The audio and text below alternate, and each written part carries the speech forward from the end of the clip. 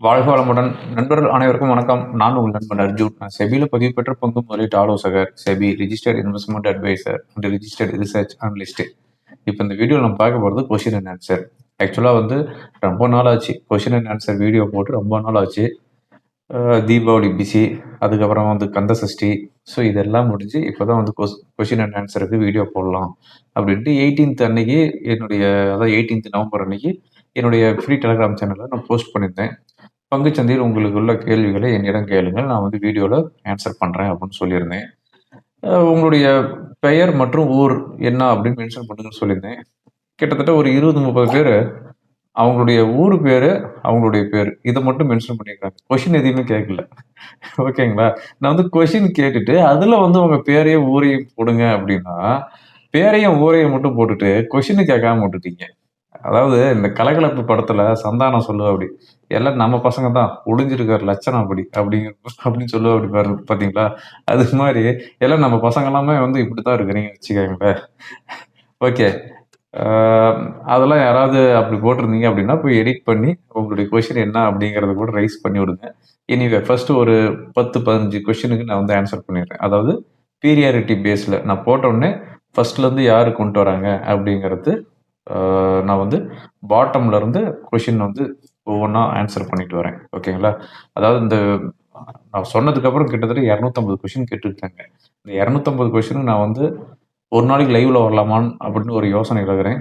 ஒரு நாளைக்கு ஒரு 15 கொஷின், வாரத்துக்கு ஒரு 30 கொஷின் அப்படிங்கும்போது எனக்கு வந்து இதுக்கே வந்து 10 வாரம் ஆயிடுமாட்டிருக்குது. ஓகே.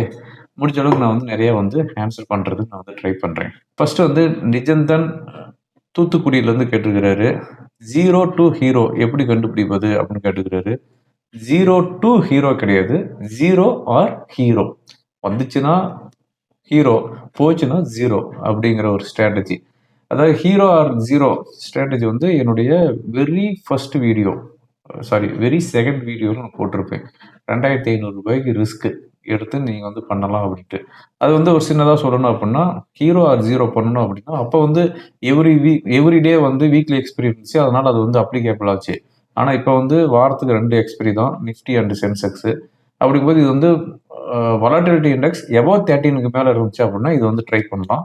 ஆஃப்டர் 2 o'clock மேலே, ஆஃப்டர் 2 o'clock மேலே ஸ்பாட் என்ன இருக்குது அதுக்கு உண்டான கால் ஆப்ஷன் வாங்கிக்காங்க. அதே ஸ்பாட்ல இருக்கிற புட் ஆப்ஷன் வாங்கிக்காங்க. அதுக்கு உங்களால எவ்வளவு ரிஸ்க் எடுக்க முடியுமோ அந்த ரிஸ்க்குக்கு வந்து ஸ்டாப் லாஸ் 2க்கு சேர்த்து ஒரு ஸ்டாப் லாஸ் போடணும். ஃபார் எக்ஸாம்பிள் சென்செக்ஸ் பண்றீங்க அப்படின்னா ஒரு 2 o'clock வந்து 85,000 கால் ஆப்ஷன் ஒரு 70 ரூபாயில இருக்குதுன்னு வச்சுக்கோங்க. 85,000 புட் ஆப்ஷன் 70 ரூபாயில இருக்குது அப்படின்னா 140 ரூபா. அப்ப 2க்கும் சேர்ந்து 50 ரூபா. ஸோ 2ஓடைய பிரீமியம் சேர்ந்து 50 ரூபாய்க்கு எப்போ வருதோ அப்போ வந்து எக்ஸிட் ஆயிடணும். ஒரு பிரீமியம் 50 வந்து எக்ஸிட் ஆகக்கூடாது. 2ம் சேர்ந்து 140 ரூபா. அந்த 140 ரூபாய்க்கு 50 ரூபா 2 சேர்ந்து 50 ரூபாய்க்கு பிரீமியம் வந்துச்சு அப்படின்னா எக்ஸிட் ஆயிடணும். அதே வந்து 250 ரூபா 300 ரூபாய்க்கு போச்சுன்னா ப்ராஃபிட் புக் பண்ணிட்டு வந்துருங்க.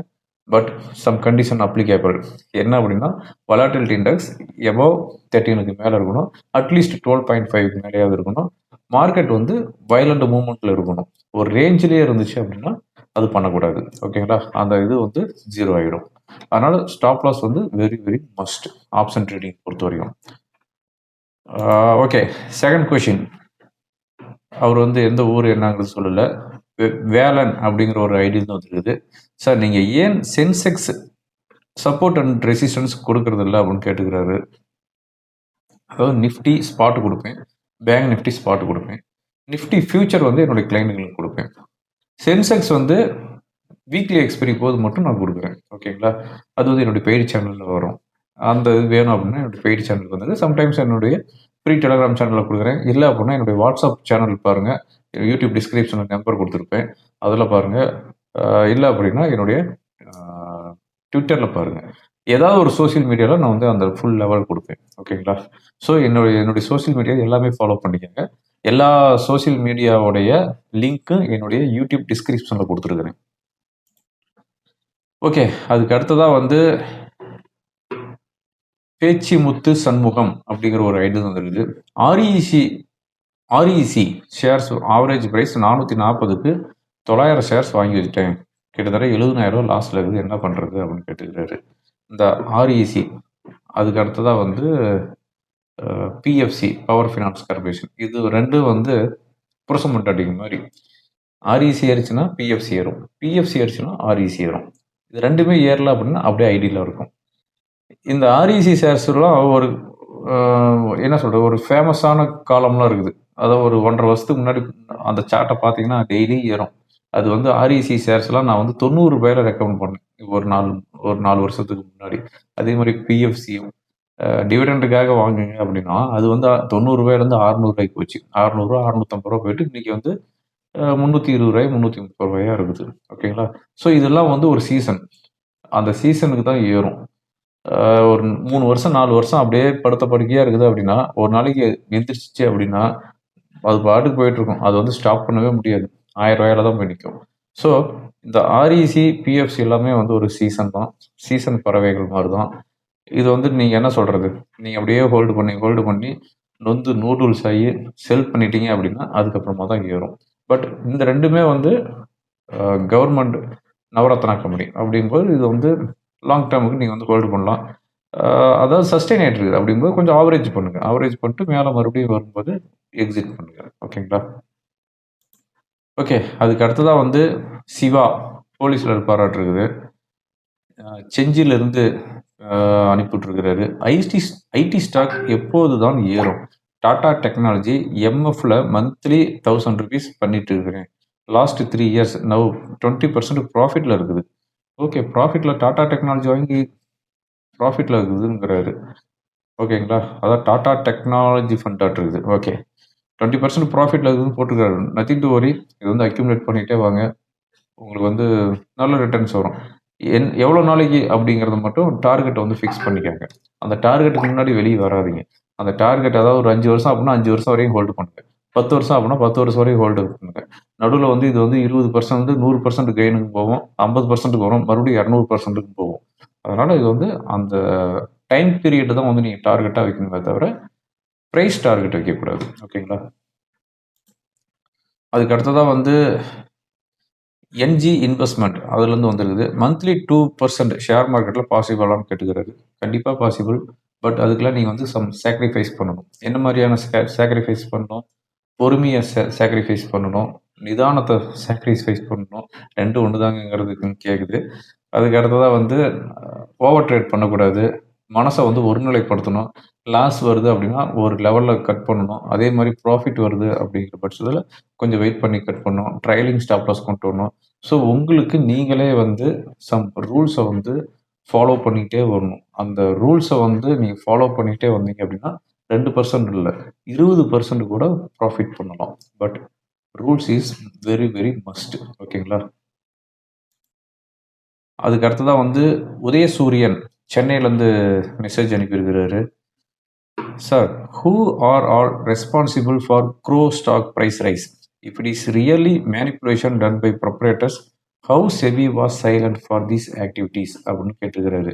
ஏங்க, இந்த வீடியோ ரெக்கார்ட் பண்ணிட்டு இருக்கு 18th. இந்த 2 நாளைக்கு முன்னாடி தான் க்ரோ வந்து லிஸ்டிங் ஆச்சு. ₹112 லிஸ்டிங் ஆச்சு. இன்னைக்கு இது வந்து டியூஸ்டே.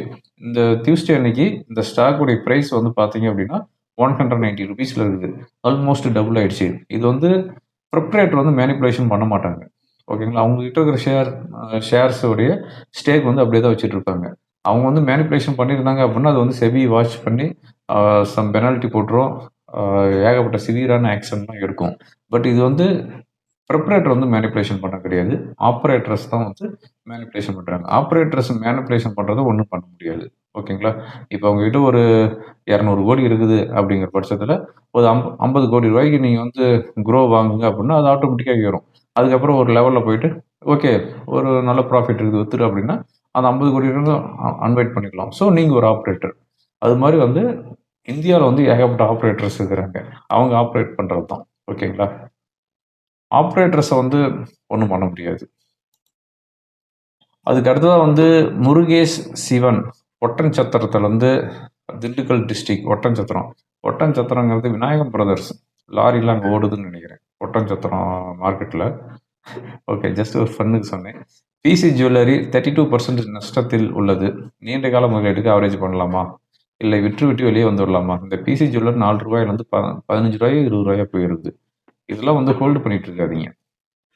ஜுவல்லரி ஸ்டாக்ல இப்ப ரீசெண்டா நல்லா பெர்ஃபார்மன்ஸ் பண்ணிட்டு இருக்கிறது என்ன அப்படின்னா, தங்கமயில் ஜுவல்லரி மட்டும்தான். கல்யாண் ஜுவல்லரியும் படுத்துக்கிட்டு இருக்குது. அப்புறம் இந்த மோட்டிசன் ஜுவல்லரின்னு ஒண்ணு படுத்துக்கிட்டு இருக்குது.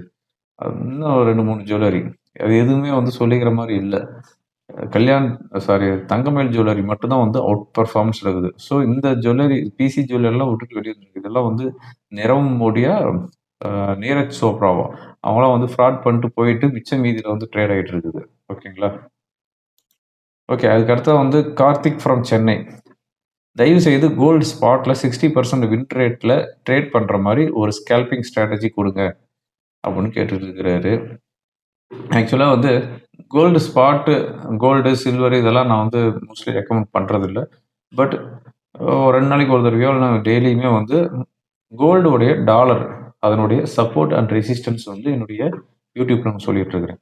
ஸோ அந்த சப்போர்ட் அண்ட் ரெசிஸ்டன்ஸ் நீங்க வாட்ச் பண்ணாவே போதும்.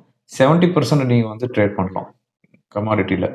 ஓகேங்களா? ஸோ கோல்டுல வந்து கோல்டு ஃபியூச்சர்ல வந்து இப்போ நவம்பர் மந்த்து, அதுக்கடுத்து டிசம்பர் சீரிஸு. ஸோ ஒவ்வொரு சீரிஸ் இருக்குது. அதனால ஸ்பாட் வந்து நம்ம சொல்றது, ஃபியூச்சர் சொல்றதெல்லாம் வந்து அவ்வளோ பெனிஃபிட்டா இருக்காது. கோல்டுல டாலர் பெர் அவுன்ஸுக்கு என்ன ட்ரேட் ஆயிட்டு இருக்குது, அதனுடைய சப்போர்ட் என்ன, அதனுடைய ரெசிஸ்டன்ஸ் என்ன. இந்த வீடியோ ரெக்கார்ட் பண்ணிட்டு இருக்கும்போது $4050 பெர் அவுன்ஸுக்கு வந்து ட்ரேட் ஆயிட்டு இருக்குது. அதுக்கு அடுத்ததா வந்து சேதுராமன் மதுரையிலேருந்து கேட்டிருக்கிறாரு, ஐயா ஸ்பாந்தனா பூர்த்தி பங்கில் வழங்கப்பட்ட உரிமை பங்கு பற்றி கூறவும் அப்படின்னு கேட்டிருக்கிறாரு. ஆக்சுவலாக வந்து இந்த ஸ்பாந்தனா ஸ்பூர்த்தி வந்து இப்போ ரீசெண்டாக வந்து ரைட்ஸ் இஷ்யூ வந்து இஷ்யூ பண்ணாங்க. அது எப்போ இஷ்யூ பண்ணாங்க அப்படின்னு பார்த்தோம் அப்படின்னா, ஆகஸ்ட் 1 அன்னைக்கு இஷ்யூ பண்ணாங்க. 400 கோடிக்கு வந்து ஃபண்ட் வந்து ரைஸ் பண்ணாங்க. அதாவது உங்ககிட்ட வந்து 41 ஷேர்ஸ் இருந்துச்சு அப்படின்னா 10 ஷேர்ஸ் வந்து ரைட்ஸ் இஷ்யூ அப்படின்னு சொல்லி கொடுத்துருந்தாங்க. அதனுடைய ப்ரைஸ் வந்து பார்த்தோம் அப்படின்னா என்ன ப்ரைஸ் ஃபிக்ஸ் பண்ணியிருந்தாங்கன்னா ₹230 வந்து பெர் ஷேருக்கு வந்து இஷ்யூ வந்து வச்சுருந்தாங்க. ஓகேங்களா? அதாவது ஸ்பாட்லேருந்து ₹220 வந்து ப்ரீமியத்தில். அதனால இந்த ஸ்டாக் வந்து ஆல்ரெடி வந்து முடிஞ்சிச்சு. ஜூலை 14 அன்னைக்கு வந்து ரெக்கார்ட் டேட்டோட முடிஞ்சிருச்சு. ரைட்ஸ் இஷ்யூ கொடுத்துருந்தாங்க. நீங்கள் ரைட்ஸ் இஷ்யூ அப்ளை பண்ணியிருந்தீங்க அப்படின்னா உங்களுக்கு வந்து கிடைச்சிருக்கும். ஓகேங்களா? ஓகே. அதுக்கு அடுத்ததாக வந்து பாபி சென்னையிலேருந்து கேட்டிருக்கிறாங்க. வணக்கம் சார், எப்படி இருக்கிறீங்க? நல்லா இருக்கிறேங்க. மியூச்சுவல் ஃபண்டில் 3 இயர்ஸ் லாக்கிங் பீரியடில் இன்வெஸ்ட்மெண்ட் பண்ணுறதுக்கு நல்ல மியூச்சுவல் ஃபண்ட் சொல்லுங்க அப்படின்னு கேட்டுருக்காங்க. லாக்கிங் பீரியட்ஸ்லாம் வேணாம். இப்போ இருக்கிற எல்லா மியூச்சுவல் ஃபண்டுமே வந்து ஓப்பன் எண்டட் ஃபண்டு தான். க்ளோஸ் எண்டட் ஃபண்டு மட்டும் தான் வந்து லாகின் பீரியட் இருக்கும். ஸோ மோஸ்ட்லி வந்து எந்த ஒரு மியூச்சுவல் ஃபண்டும் வந்து க்ளோஸ் எண்டட் ஃபண்டு வந்து வர்றதில்ல. அதனால ஓப்பன் எண்டட் ஃபண்டு தான். நீங்கள் வந்து 3 வருஷமா 3 வருஷத்துக்கு நீங்கள் வந்து அது கண்ட்ரோலாக வச்சுக்கிட்டு போக வேண்டியது தான். ஓகேங்களா? நல்ல மியூச்சுவல் ஃபண்டு அப்படின்னா நீங்கள் வந்து 3 வருஷத்துக்கு கேட்குறதுனால பராக் பரேக் ஃப்ளெக்ஸி கேப் பண்ணலாம். இல்லை அப்படின்னா கோட்டக் மல்டி கேப் பண்ணலாம். நிப்பான் மல்டி கேப் பண்ணலாம். இப்போ வந்து நிப்பான் அண்ட் கோட்டக் இது ரெண்டுமே வந்து நல்ல ஒரு பெர்ஃபார்மன்ஸ் பண்ணிட்டு இருக்கிற ஒரு ஃபண்ட் ஹவுஸ். அதுக்கடுத்தா வந்து செந்தில் குமார் கொடுமுடியிலேருந்து கேட்டுக்கிறாரு, சார் 20 lakhs கேபிட்டல் நெக்ஸ்ட் 10 இயர்ஸ்க்கு ஹோல்டு பண்ண 5 ஸ்டாக் சொல்லுங்க அப்படின்னு கேட்டுக்கிறாரு. 20 லட்சத்தை கொண்டு போய் ஒரே இதில் ஈக்குவிட்டிலேயே வந்து 20 லட்சத்தையும் போடுறதுங்கிறது எனக்கு வந்து சரியா படலை. இந்த 20 லட்சத்தை நீங்கள் என்ன பண்ணலாம் அப்படின்னா 5 லட்சம் வந்து ஷேர்ஸ் வாங்குங்க. அதுக்கு அடுத்த 5 லட்சம் மியூச்சுவல் ஃபண்டில் பண்ணுங்க. அதுக்கு அடுத்த 5 லட்சம் எஃப்டியில் போடுங்க. அதுக்கு அடுத்த 5 லட்சம் பாண்டில் போடுங்க. ஓகேங்களா? ஸோ இந்த 4 இதுலேயுமே வந்து நீங்கள் அந்த 20 லட்சத்தில் போட்டீங்க அப்படின்னா அதுக்கு உண்டான ரிட்டர்ன்ஸ் உங்களுக்கு வந்து கிடைச்சிட்டு இருக்கும். பட் இல்லை நான் தலைகளாகவே தான் குதிப்பேன், 20 லட்சத்தையும் நான் வந்து ஷேரே தான் வாங்குவேன் அப்படின்னு நீங்கள் நினச்சிங்க அப்படின்னா 5 ஷேர் வேணாம், அட்லீஸ்ட் ஒரு 10 ஷேருக்கு கன்சிடர் பண்ணுங்க. ஒவ்வொரு செக்டார்லேயும் வந்து ஒவ்வொரு ஷேர். 2024 தீபாவளியில் சம் ஷேர்ஸ் வந்து ரெக்கமெண்ட் பண்ணிக்கிறேன். 2025 ஷேர் தீபாவளியில் அப்போ ஒரு 12 ஸ்டாக் ரெக்கமெண்ட் பண்ணிக்கிறேன். ஸோ ஒரு 20-25 ஸ்டாக் இருக்குது. அதுலேருந்து ஒரு 10 ஸ்டாக்கை நீங்களே வந்து செலக்ட் பண்ணிக்காங்க. 20 லட்சத்துலேயும் உடனே பம்ப் பண்ணாதீங்க. எல்லாத்துலேயுமே வந்து ஒரு 25% மட்டும் இன்வெஸ்ட்மெண்ட் பண்ணுங்கள். அதுக்கப்புறம் ஒரு ஃபால் வருது அப்படின்னா மறுபடியும் வந்து அதில் வந்து இன்வெஸ்ட்மெண்ட் பண்ணுங்கள். ஓகேங்களா? பட் டைரெக்டாக நீங்கள் வந்து ஸ்டாக்கை பர்ச்சேஸ் பண்ணுறீங்க அப்படின்னா அந்த ஸ்டாக்குக்கு வந்து நீங்கள் தான் மேனேஜர். அப்படிங்கும்போது 3 month ஒன்ஸ் அந்த கம்பெனியோடைய பெர்ஃபார்மன்ஸ் நீங்கள் வந்து ரிவ்யூ பண்ணணும். ஒரு ரிவ்யூ பண்ணிட்டு அது வந்து ஓகே இனிமேல் இந்த ஸ்டாக் வச்சிருக்கிறது ஒர்த் இல்லை அப்படின்னு நினைச்சீங்க அப்படின்னா அது வித்துட்டு வேற ஸ்டாக் உள்ள என்ட்ரி ஆயிடும். ஓகேங்களா? ஸோ இதில் வந்து ரிஸ்க் இருக்குது. அதனால நீங்கள் தான் வந்து ஃபைனல் டிசிஷன் எடுக்கணும். என்னுடைய டிசிஷன் நான் என்னங்கிறத சொல்லிட்டேன். 4 இதில் இன்வெஸ்ட்மெண்ட் பண்ணுறதா இல்லை ஒரே ஈக்விட்டிலேயே இன்வெஸ்ட்மெண்ட் பண்ணுறதாங்கிறது உங்களுடைய கையில் தான் இருக்குது. ஓகே, அதுக்கு அடுத்தது வந்து கோகுல்ராஜ் சத்தியமங்கலத்துலேருந்து கேட்டிருக்கிறாரு. சார் நீங்கள் எந்த ஸ்கேனர் யூஸ் பண்ணி ஸ்டாக்ஸோட பிரேக் அவுட் ஃபைண்ட் பண்ணுறீங்க? நான் எந்த ஸ்கேனரும் பண்ணல. என்னுடைய ஸ்கேன் மிஷின் எல்லாம் எங்கே திரும்ப இருக்குது? இங்கே இருக்குது. ஓகேங்களா? என்னுடைய மைண்டில் இருக்குது. ஒரு ஸ்டாக்கை பார்த்தாவே மோஸ்ட்லி நான் வந்து இதுக்கு மேலே போச்சுன்னா நல்லாயிருக்கும், இது கீழே வந்துச்சுன்னா நல்லா இருக்காது, இது இங்கேருந்து பிரேக் அவுட் ஆகும் அப்படின்னு நானாக வந்து பண்ணுறது தான். ஓகேங்களா? அது மட்டும் இல்லாமல் ட்ரேடிங் வியூவிலையும் நான் வந்து பார்ப்பேன். அதாவது நாடி நரம்பு ரத்தம் இதில் எல்லாத்துலேயுமே வந்து பங்குச்சந்தை ஷேர் மார்க்கெட் அப்படிங்கிறது என் உடம்புக்குள்ளே ஊறி இருக்குது. கிட்டத்தட்ட 2004 இந்த மார்க்கெட்டில் இருக்கிறேன். 21 வருஷம் கம்ப்ளீட் ஆயிடுச்சு. அப்படிங்கும்போது அந்த கம்பெனி அந்த ஸ்டாக்கை பார்த்தாவே நான் வந்து எப்படி என்னங்கிறத நான் சொல்லிடுவேன். ஓகேங்களா?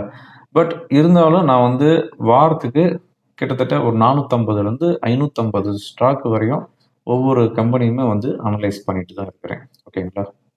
ஹரி ஃப்ரம் ராணிப்பேட்டையிலேருந்து மெசேஜ் அனுப்பியிருக்கிறாரு. நான் உங்கள் சேனலை 2020 இருந்து வாட்ச் பண்ணிட்டு இருக்கேன். ஃபர்ஸ்ட்டு நீங்கள் யூடியூப்பில் லாங் ஸ்ட்ராட்டஜி பற்றி வீடியோ போட்டீங்க, நல்லா இருந்துச்சு. இப்போது அது மாதிரி ஒரு ஸ்ட்ராட்டஜி வீடியோ போட்டிங்கன்னா நல்லா இருக்கும் அப்படின்னு சொல்லிக்கிறாரு. ஃபர்ஸ்ட் ஆஃப் ஆல் ஒரு தேங்க்ஸ் உங்களுக்கு சொல்லிக்கிறேன். ஏன்னா நான் வீடியோ போட ஸ்டார்ட் பண்ணது நீங்கள் பார்த்துட்டு இருக்கிறீங்க.